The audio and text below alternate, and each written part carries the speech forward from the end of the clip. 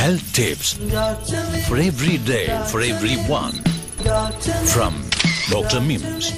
ഓ ശ്യാം, എന്തു പറ്റി? വൈഫിന് സുഖമില്ല. ബ്രസ്റ്റിൽ ഒരു മുഴ കാണുന്നുണ്ട്. ബ്രസ്റ്റ് ക്യാൻസർ ആണോ എന്ന ടെൻഷനിലാവള്. ബ്രസ്റ്റിൽ കാണുന്ന എല്ലാ മുഴകളും ബ്രസ്റ്റ് ക്യാൻസർ ആവണമെന്നില്ല. പാശ്ചാത്യ രീതിയിലുള്ള ഭക്ഷണക്രമങ്ങൾ, പൊണ്ണത്തടി, വ്യായാമമില്ലായ്മ എന്നിവയെല്ലാം രോഗം വരാനുള്ള കാരണങ്ങളാണ്. പിന്നെ പ്രസവിക്കാത്ത സ്ത്രീകളിലും മുലയൂട്ടാത്ത അമ്മമാരിലും ബ്രസ്റ്റ് ക്യാൻസർ കൂടുതലാണെന്ന് പഠനങ്ങൾ കാണിക്കുന്നു. എന്തൊക്കെയാണ് ബ്രസ്റ്റ് ക്യാൻസറിന്റെ ലക്ഷണങ്ങൾ? ബ്രസ്റ്റ് ക്യാൻസർ ഇപ്പോൾ വളരെ സാധാരണയായി സ്ത്രീകളിൽ കണ്ടുവരുന്നുണ്ട്. സ്തനങ്ങളിൽ കാണപ്പെടുന്ന മുഴയാണ് ഇതിന്റെ പ്രധാന ലക്ഷണം. ഈ മുഴകൾ ചിലപ്പോൾ ക്യാൻസർ ആവാം, അല്ലെങ്കിൽ ക്യാൻസർ ആവാൻ സാധ്യതയില്ലാത്ത മുഴകളാവാം. ഇത്തരം മുഴകളെ ബിനൈൻ ബ്രസ്റ്റ് ഡിസീസ് എന്നാണ് പറയുന്നത്. ഇത് നമുക്ക് എങ്ങനെ കണ്ടെത്താനാവും? സാധാരണ ഇതിന് മാമോഗ്രാഫി എന്ന ടെസ്റ്റാണ് ഉപയോഗിക്കാറുള്ളത്. ഇത് കൂടാതെ മുഴകളിൽ നിന്നും നീര് കുത്തിയെടുത്ത് പരിശോധിക്കുന്ന FNSC പരിശോധനയും നാം ഉപയോഗിക്കാറുണ്ട്. ചിലപ്പോൾ ബയോപ്സി പരിശോധനയും ആവശ്യമായി വന്നേക്കാം. അപ്പോൾ ഇതിനുള്ള ചികിത്സ എന്നത് ഒരു മൾട്ടി ഡിസിപ്ലിനറി ടീം അപ്രോച്ചാണ്. അതായത് സർജറി, റേഡിയേഷൻ, കീമോതെറാപ്പി എന്നിവ ചേർന്നതാണത്. എന്നാൽ ചികിത്സ തുടങ്ങുന്നതിന് മുൻപ് ഇത് മറ്റു ശരീരഭാഗങ്ങളിലേക്ക് പടർന്നിട്ടുണ്ടോ എന്ന് കണ്ടുപിടിക്കണം. അതായത്